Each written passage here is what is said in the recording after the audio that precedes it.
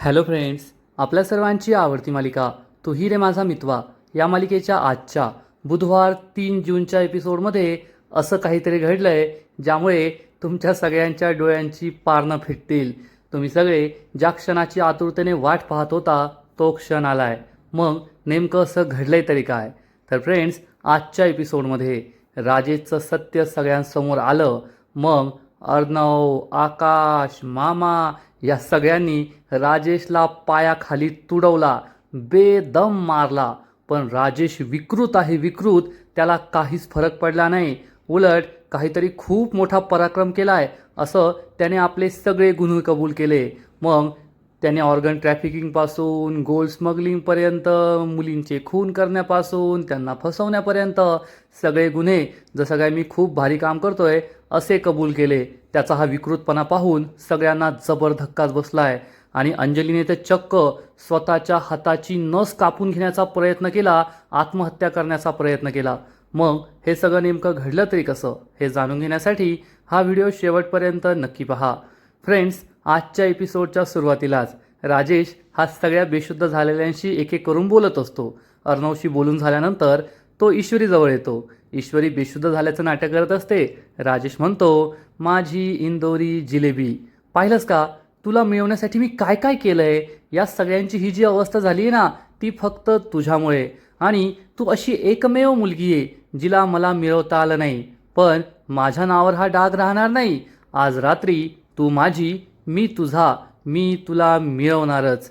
असं म्हणून राजेश या ईश्वरीकडे पाहून एखाद्या राक्षसासारखा हसू लागतो आणि मग ईश्वरीच्या जवळ येण्याचा प्रयत्न करतो. ईश्वरी अजून बेशुद्ध असल्याचंच नाटक करते. राजेश हा ईश्वरीच्या जवळ येतो, तिच्या हाताला स्पर्श करतो आणि म्हणतो, आता एक गुड बाय किस तर हवाच. असं म्हणून राजेश ईश्वरीच्या खूप जवळ येतो. ईश्वरीने अजूनही डोळे बंद केलेले असतात, पण पुढच्या क्षणी ईश्वरी खाटकन आपले डोळे उघडते.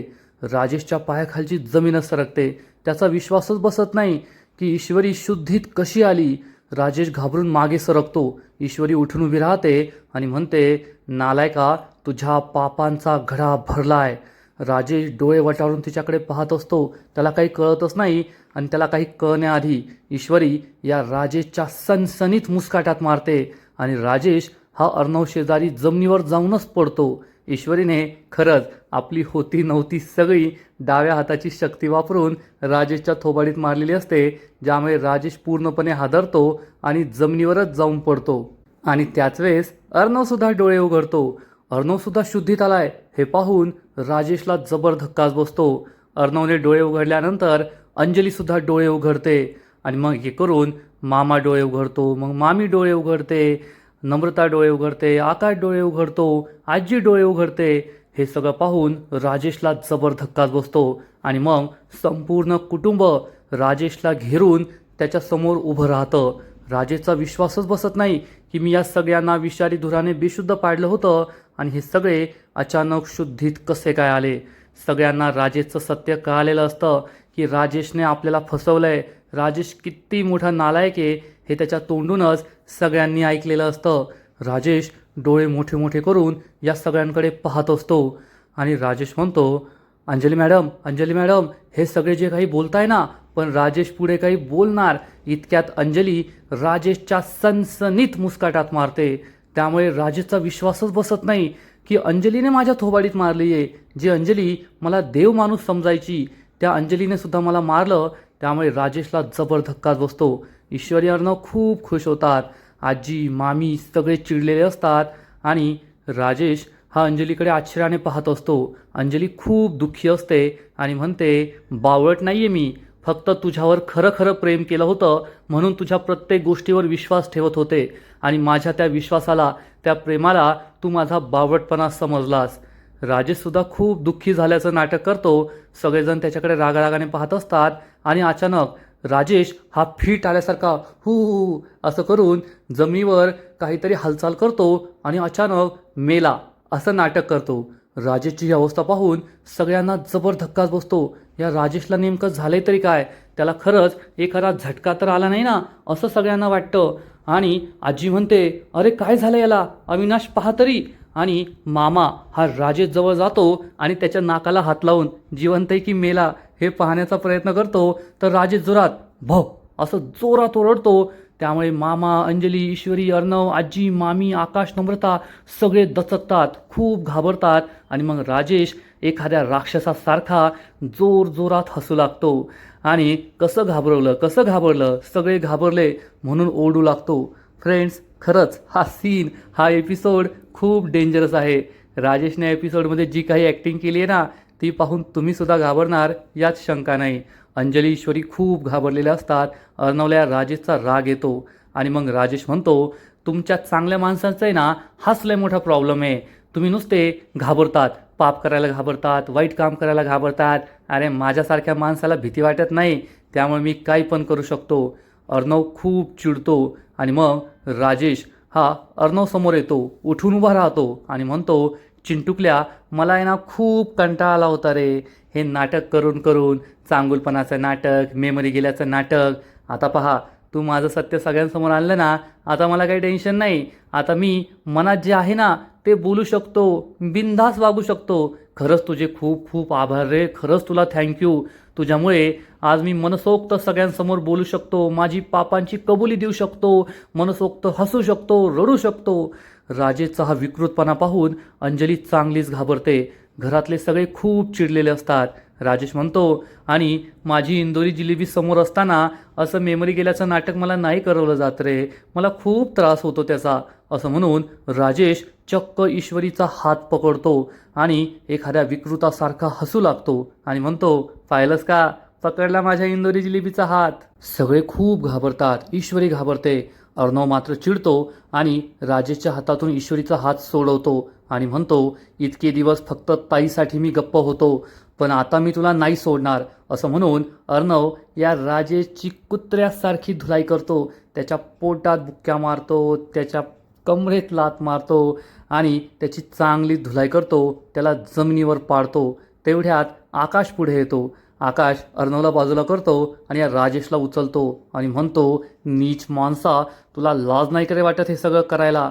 आणि मग आकाशसुद्धा या राजेशची चांगली धुलाई करतो. ईश्वरी आणि नम्रता अंजलीजवळ येतात. अंजली खूप घाबरलेली असते. आकाश त्याची धुलाई करतो आणि मामाजवळ फेकतो. मामा म्हणतो, नालायका, तुला लाज नाही वाटत का रे, आमच्या अंजलीला फसवलं, आमच्या घराच्या सुनेवर वाईट नजर ठेवतो, आता मी तुला काही सोडत नाही. असं म्हणून मामासुद्धा या राजेशला जोरात फेकून देतो. राजेश जमिनीवर जाऊन पडतो. घरातील बायका खूप घाबरलेल्या असतात आणि मग मामा, अर्णव, आकाश हे तिघे मिळून दे दनादन या राजेशला लाथांचा प्रसाद देतात. जोरात त्याच्या पोटात, पाठीत, कमरेत, पायावर लाथाने मारहाण करत असतात आणि राजेश हा सगळ्यांचा मार खात असतो. मामी विचार करते, अरे देवा, हा माणूस इतका विकृत आहे. जर मला आधी हे माहीत असतं ना, हा इतका डेंजरस आणि विकृत आहे, तर मी याची साथ कधी दिलीच नसती, याच्या नादाला लागलेच नसते. बरं झालं मी याच्याकडून पैसे नाही घेतले, तर नाहीतर आज माझं पण काय झालं असतं देव जाणे. असा विचार करून मामीसुद्धा घाबरते. तसं पाहायला गेलं तर मामी या राजेशपेक्षा जास्त मोठी विकृत आहे. या मामीमुळेच अर्णवच्या आईने आत्महत्या केली. त्यानंतर अंजलीला किती त्रास झाला आणि ही मामी स्वतःला मात्र मी खूप चांगली आहे आता असं दाखवण्याचा प्रयत्न करते. पण अर्णव आणि मामा, आकाश हे तिघे मिळून या राजेशची चांगली धुलाई करत असतात, त्याला चांगलंच कुटत असतात. आणि त्याच वेळेस अंजली हे सगळं पाहून खूप दुःखी होते. अंजलीला राजेशबरोबर घालवलेले सगळे क्षण आठवतात. पण जेव्हा जेव्हा तिला राजेशचा संशय आला होता, हे सगळं तिला आठवतं. आजपर्यंत लग्न झाल्यानंतर राजेश हा अनेक वेळेस तिच्याशी खोटं बोलला आहे.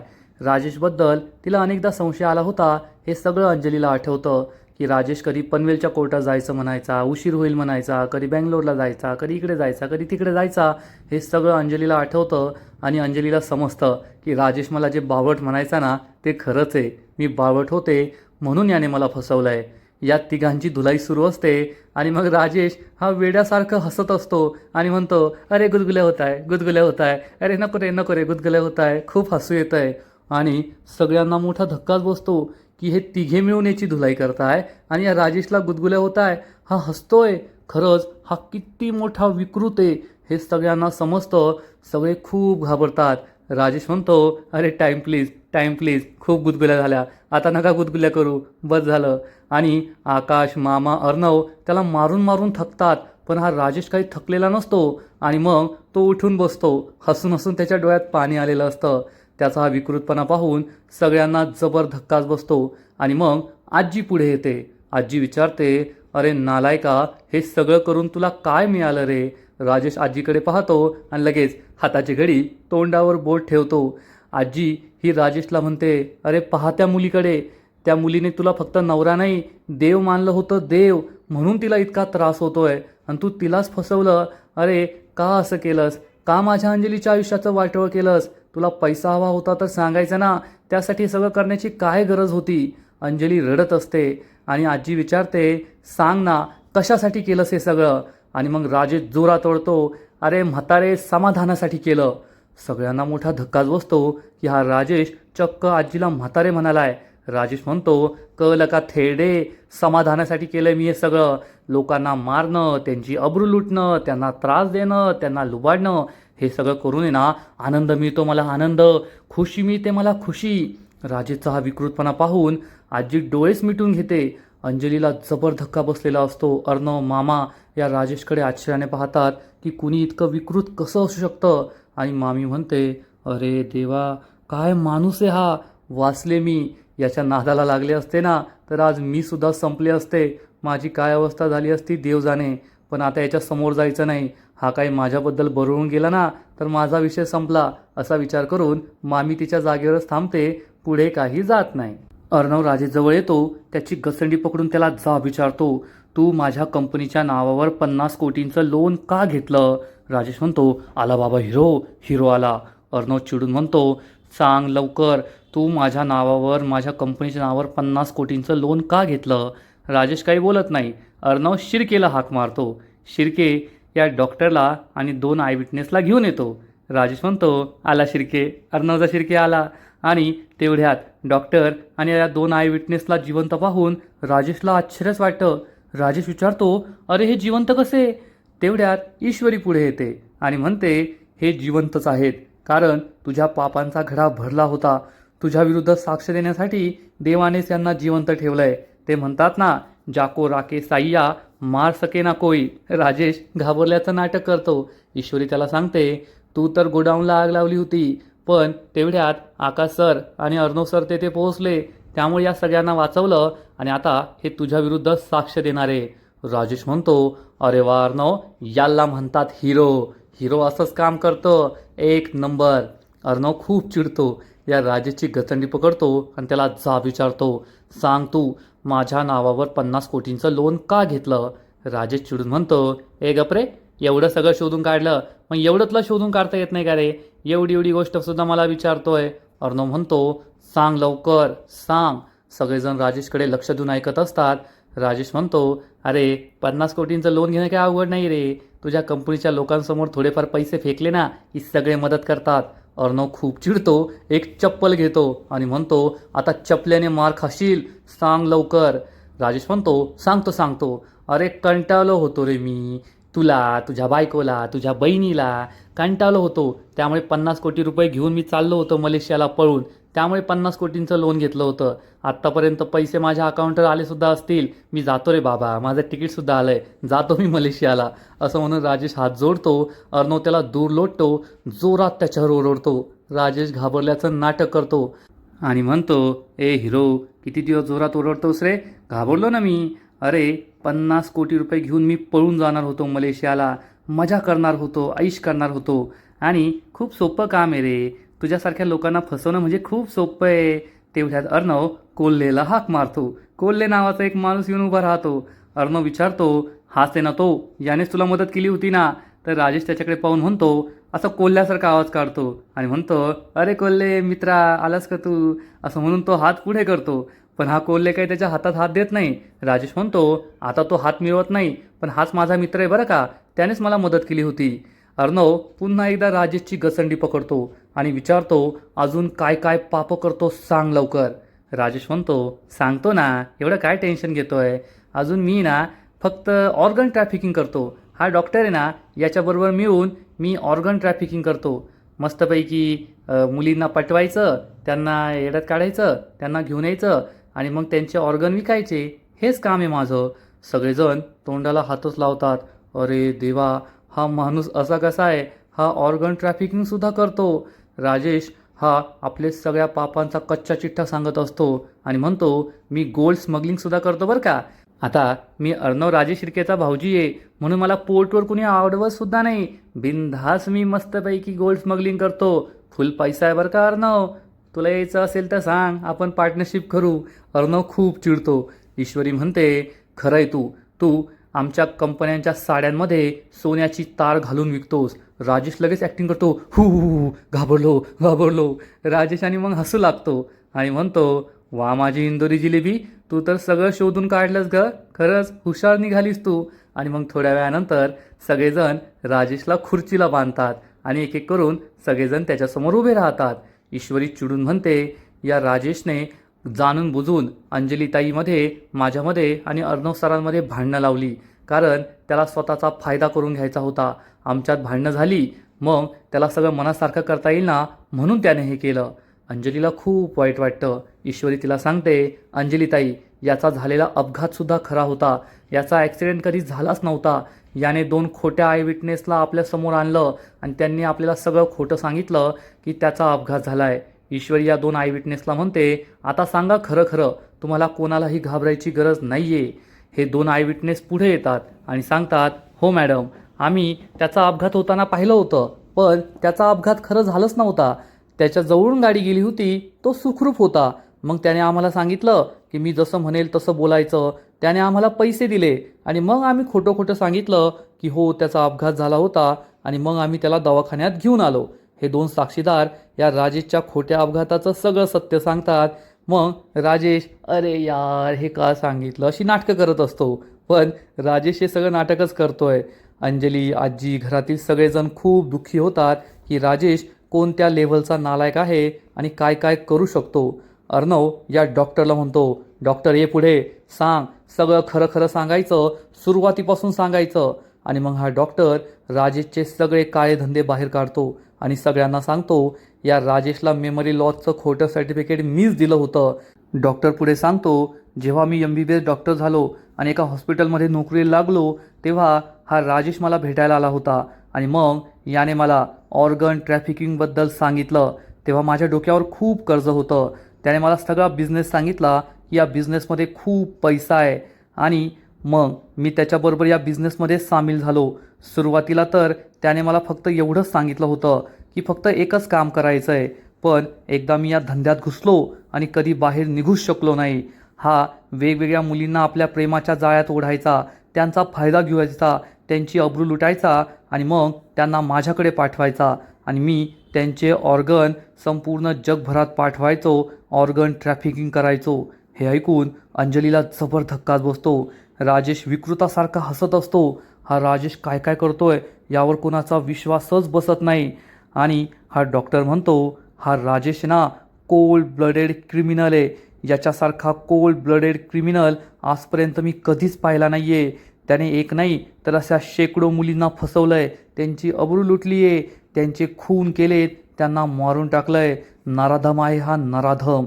राजेची ही पापं ऐकून आजी, अंजली, ईश्वरी, अर्णव या सगळ्यांना जबर धक्काच बसतो. तर राजेश चिडून म्हणते ए गपरे, काही पण काय बोलतोय? 1-2 मुलींनाच मारलं बरं का मी, जास्त मुलींना नाही मारलं. शेकडो मुलींना मारलोय म्हणतोय. माहीत नाही तर बोलू नको रे, कसलं खोटं बोलतोय.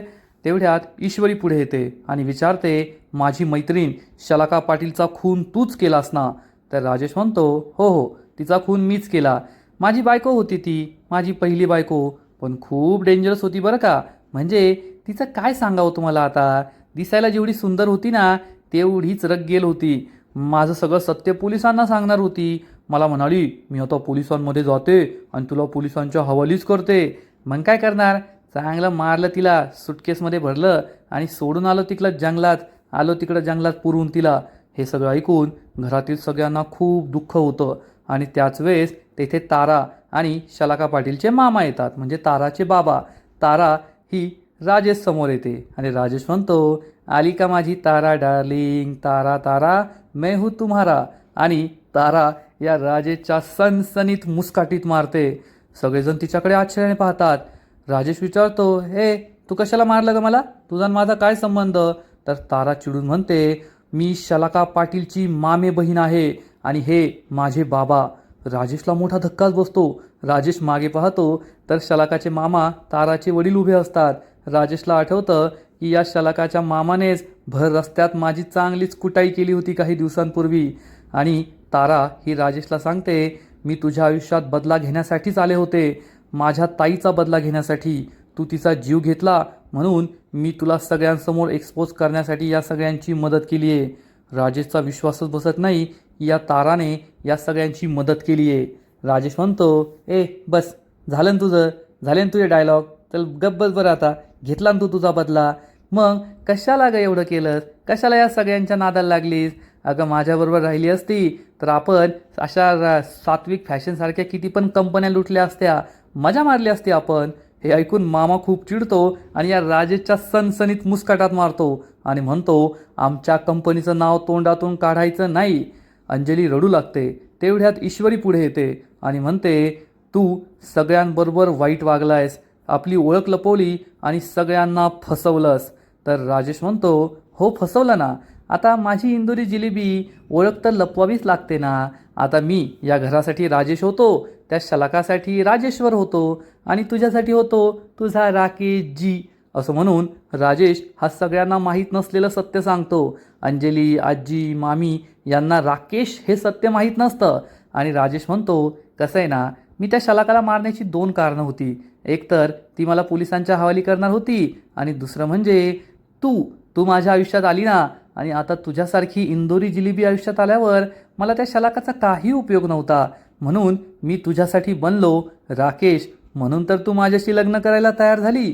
हे ऐकून अंजली, आजी, मामी, आकाश या सगळ्यांना जबर धक्काच बसतो की राजेश हा ईश्वरीसाठी राकेश होता आणि या राकेशने ईश्वरीशी सुद्धा लग्न करण्याचा प्रयत्न केला होता. राजेश एखाद्या राक्षसासारखा हसू लागतो आणि ईश्वरी रडू लागते. सगळेजण या राजेशचे कारनामे ऐकून हैराण झालेले असतात आणि आजचा एपिसोड येथेच संपतो. फ्रेंड्स, खरंच तू ही रे माझा मितवा या मालिकेचा आजचा एपिसोड हा धमाकेदार होता. राजेशने तो कोणत्या लेव्हलचा अभिनेता आहे, ॲक्टर आहे, आज ते पुन्हा एकदा सिद्ध केलं आहे. त्याची ॲक्टिंग, त्याचं हसणं, त्याचं रडणं, त्याचं मार खाणं, हे सगळंच मालिकेच्या हिरोंनासुद्धा भारी भरलं आहे, भारी ठरलं आहे, एवढं मात्र खरं. पण राजेशचा हा विकृतपणा पाहून तुम्हीसुद्धा नक्कीच घाबरले असाल. तू ही रे माझा मितवा या मालिकेचा आजचा एपिसोड तर खरंच खूप भारी होता, पण पुढील एपिसोडसुद्धा धमाकेदार असणार आहे. एकानंतर एक जबरदस्त ट्विस्ट येणार आहेत. मग नेमकं घडणार तरी काय? तर फ्रेंड्स, पुढील एपिसोडमध्ये आपण पाहू की राजेशला पकडायला पोलीस आलेले असतील आणि राजेश चक्क पोलिसांना धक्का देऊन त्यांचीच बंदूक घेऊन ईश्वरीला ओलीस ठेवणार आणि अर्णवला म्हणेल, काय रे चिंटुकल्या, तुला काय वाटलं मला पोलिसांच्या हवाली करणं एवढं सोपं आहे? मी जेलमध्ये जाण्याआधी ना या तुझ्या इंदोरी जिलेबीला ढगात पाठवेल, एवढं लक्षात ठेव.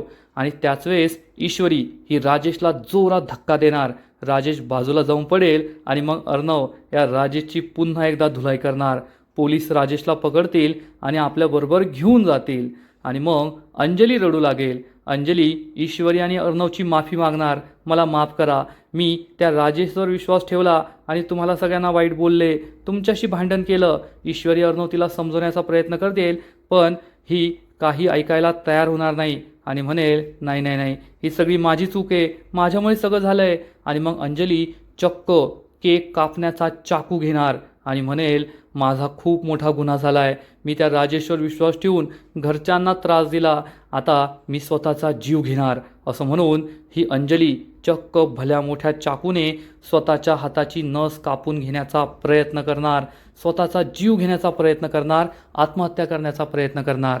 मग ईश्वरी, अर्णव, घरातील सगळेजण अंजलीला वाचवू शकतील का, की अंजली या राजेशच्या दुःखात त्याच्या विश्वासघातामुळे स्वतःचा जीव देणार? जर अंजलीने स्वतःच्या हाताची नस कापून घेतली तर पुढे काय होईल हे सगळं पाहायला तर आपल्याला पुढील एपिसोडमध्येच मिळणार आहे. तर फ्रेंड्स, तुम्हाला सुद्धा हा ट्विस्ट आवडला ना, आजचा एपिसोड आवडला ना, नक्कीच कमेंट करून सांगा. आणि तू ही रे माझा मितवा या मालिकेचे असेच नवीन नवीन एपिसोड, नवीन नवीन अपडेट सर्वात आधी पाहण्यासाठी व्हिडिओला लाईक करा, शेअर करा, चॅनलला सबस्क्राईब करून बेल आयकॉनवर क्लिक करा. म्हणजे या मालिकेचे नवीन नवीन एपिसोड तुम्हाला सर्वात आधी पाहायला मिळतील. खूप खूप खूप धन्यवाद.